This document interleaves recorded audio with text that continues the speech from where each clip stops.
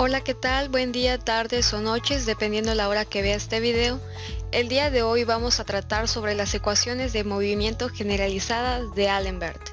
Esto de la materia de robótica, y lo van a presentar José Carlos Maldonado Cocón, Óscar Francisco Pérez Pérez, Sergio Ezequiel Lorenzo Gutiérrez y su servidora Marisela Herrera Hernández. Como primer punto tenemos una pequeña introducción, el cual habla sobre el principio de Allenberg, el cual establece que para un sistema de partículas la suma de las fuerzas aplicadas y las fuerzas de inercia sobre cada partícula ponderan un desplazamiento virtual compatible con las restricciones del sistema, lo cual esto viene siendo equivalente a cero. Como ejemplo tenemos un sistema de partículas en movimiento. Cada partícula experimenta una fuerza real. Esto vienen siendo las fuerzas que se aplican hacia ese objeto, y una fuerza de inercia debido a su aceleración. Bueno, más que nada este principio permite tratar las fuerzas de inercia como si fueran unas fuerzas reales, equilibrando así las fuerzas en un sistema dinámico como si éste estuviera en un equilibrio. En la formalización matemática tenemos que si la fuerza aplicada sobre la partícula más la fuerza de inercia, lo cual equivale a la masa y la aceleración, tenemos el desplazamiento virtual compatible con las restricciones del sistema.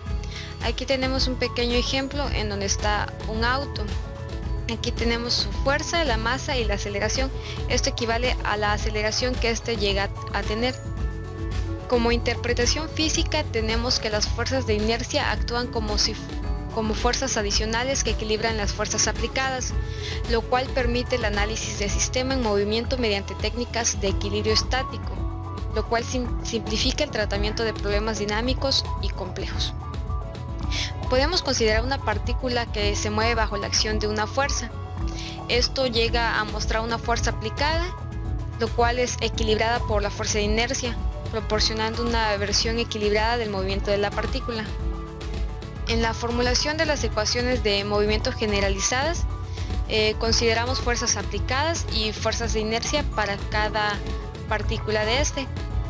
El principio nos permite observar que cuando el objeto se mueve siente fuerzas que lo empujan o tiran de él. Estas son llamadas fuerzas reales, y también tiene fuerzas debido a su propia aceleración, las cuales vendrían siendo las fuerzas de inercia. Más que nada de esto rescatamos que las fuerzas de inercia de las fuerzas reales se considera un pequeño movimiento posible, lo cual viene siendo el desplazamiento que se da al momento de tenerlas, y la suma total de estas fuerzas multiplicadas por ese pequeño movimiento, esto es igual a cero. A continuación mi compañero va a terminar de explicar el tema. Continuando con la presentación, una vez que ya tenemos la ecuación generalizada, introducimos las coordenadas generalizadas QJ para describir nuestro sistema, desde con J de 1 hasta n. Los desplazamientos virtuales delta RI se expresan en términos de variaciones de QJ.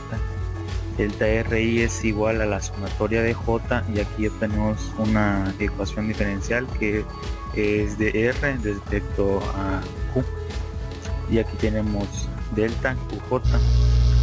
En lugar de usar las posiciones normales como X, Y, Z, usamos coordenadas generalizadas QJ. Eso se parece un poco a coordenadas polares, que simplifican el problema. Esas coordenadas pueden ser ángulos o distancias que describen el sistema de manera más conveniente. Los pequeños movimientos de las partículas en el sistema se pueden describir en términos de cambios en estas coordenadas generalizadas. Esto facilita la aplicación del principio de Allenberg. Transformación del principio de Allenberg. Usamos las coordenadas generalizadas variables como ángulos o distancias que describen mejor el sistema para reescribir el principio de Allenberg. Empezamos con el principio de Allenberg, que es la sumatoria de fuerzas en I menos masa por aceleración por delta RI, que es igual a 0, o la sumatoria de fuerzas es igual a 0, que es el principio de física, ¿no? Expresamos los pequeños movimientos de las partículas delta RI en términos de estos nuevos valores. Delta RI es la sumatoria de J de RI respecto a QJ, es por sigma QJ. Esto significa que estamos describiendo los pequeños movimientos en función de las nuevas coordenadas generalizadas. Reemplazamos en la ecuación y simplificamos, y al final tenemos que la sumatoria de J por la sumatoria de I de fuerzas en I menos masa por aceleración en I por delta RI sobre dQj por sigma QJ es igual a 0. Ecuaciones de movimiento generalizado. Para que la ecuación sea cierta para cualquier pequeño movimiento sigma QJ, cada parte de la suma debe ser 0 por separado. Definimos una fuerza generalizada con mayúscula J, que es una manera más conveniente de expresar las fuerzas reales en términos de las nuevas coordenadas. También expresamos la aceleración en términos de las nuevas coordenadas, donde T es la energía cinética del sistema. Finalmente obtenemos las ecuaciones de movimiento en su forma generalizada, que nos da como resultado una ecuación diferencial. Concepto de coordenadas generalizadas. En la física clásica usamos coordenadas como x, y, z para describir la posición de un objeto. Sin embargo, en sistemas complejos, esas coordenadas no siempre son las más convenientes. Las coordenadas generalizadas QJ son variables que describen el sistema de una manera más conveniente. Pueden ser ángulos, distancias o cualquier otra variable que facilite la descripción del movimiento. Todos los movimientos son posibles, recordando que un sistema complejo es algo que no se puede predecir, y pues es complejo porque no se puede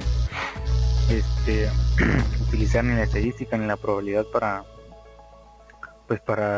definir dónde están las próximas circunstancias. Esta imagen ilustra la idea que en un espacio tridimensional sin restricciones una partícula puede moverse en cualquier dirección. Sin embargo, en muchos problemas de física imponemos restricciones y usamos coordenadas generalizadas para describir el movimiento de la manera más eficiente.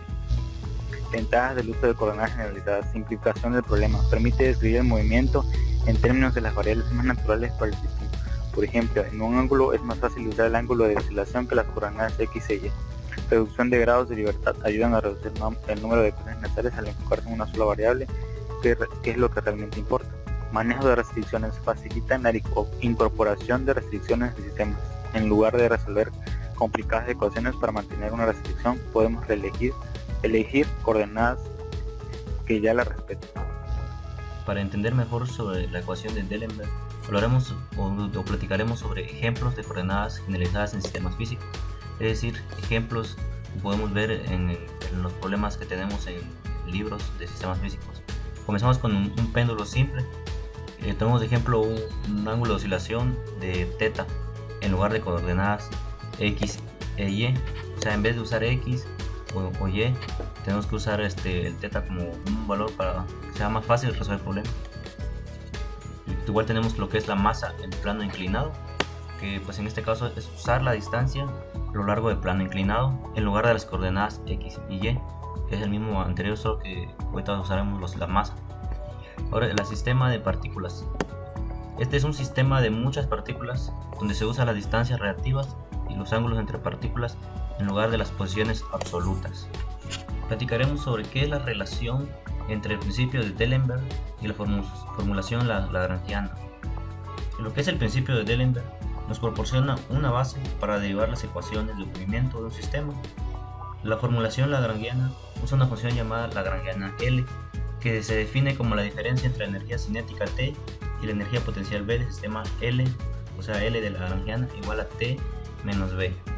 Lo que vamos a hacer es sustituir esos valores en la fórmula de D'Alembert, como tenemos un ejemplo sencillo sobre un péndulo, como lo vimos en la página anterior.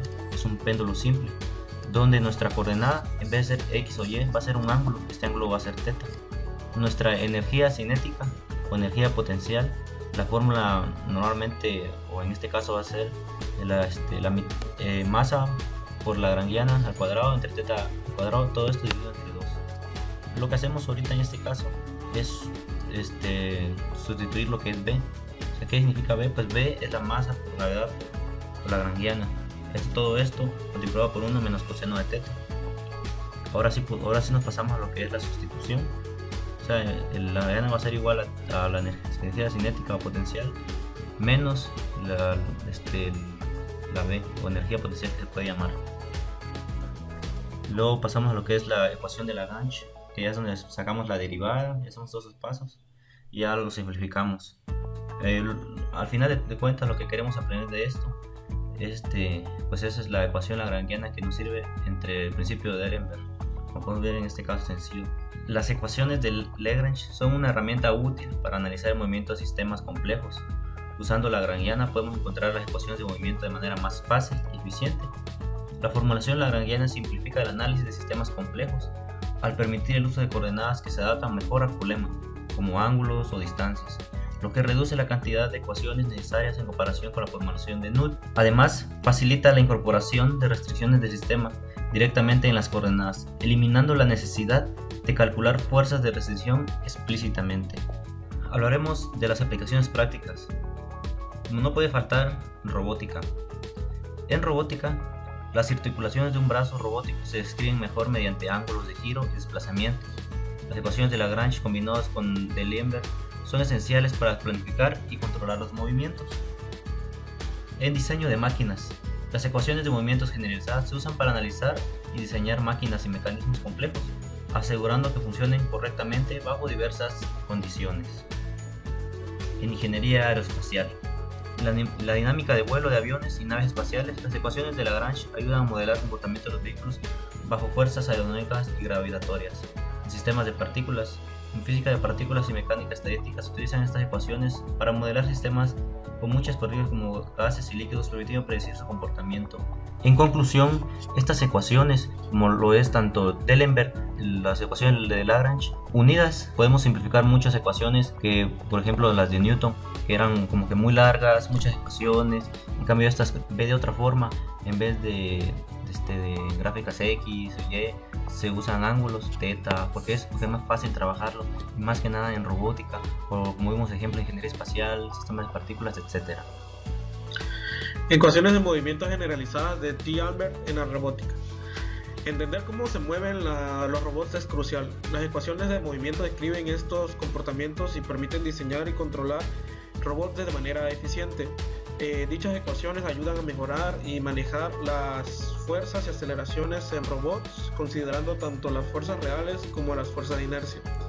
Dicho principio establece que podemos tratar las fuerzas de inercia como fuerzas reales, lo que nos simplifica el análisis de sistemas robóticos en movimiento, ya que esto es esencial en robótica para poder modelar y controlar robots dinámicos como brazos robóticos y robots móviles. La formulación de las ecuaciones de movimiento generalizadas. Esto se toma como los ángulos de las articulaciones de un brazo robótico. Podemos describir el movimiento del robot de manera más eficiente. Las ecuaciones de movimiento permiten describir la dinámica de los robots con múltiples grados de libertad, simplificando el análisis y el control.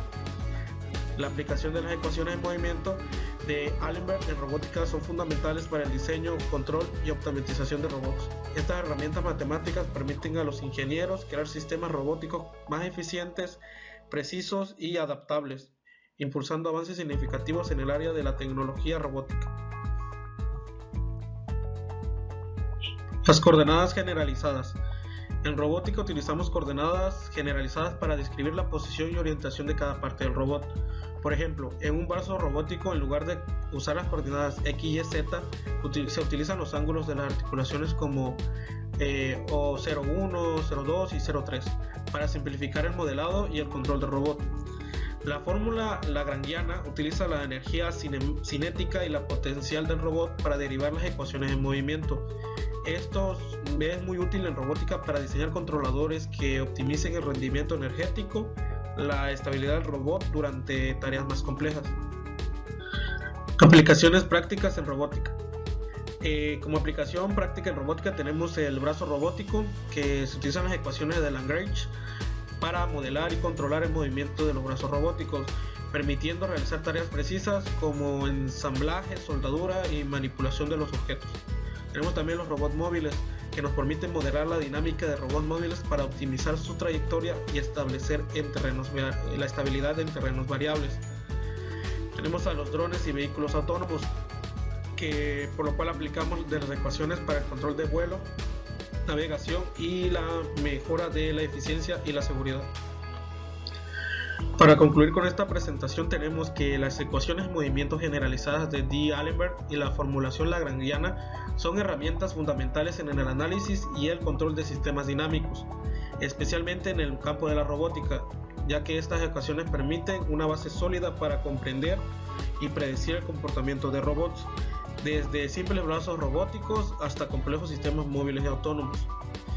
Dicho principio permite tratar las fuerzas de inercia como fuerzas reales, facilitando el análisis de sistemas en movimiento, la formulación de las ecuaciones de movimiento generalizadas y el uso de coordenadas generalizadas, ya que todas estas simplifican la descripción de sistemas robóticos, permitiendo un análisis más eficiente y preciso de su dinámica.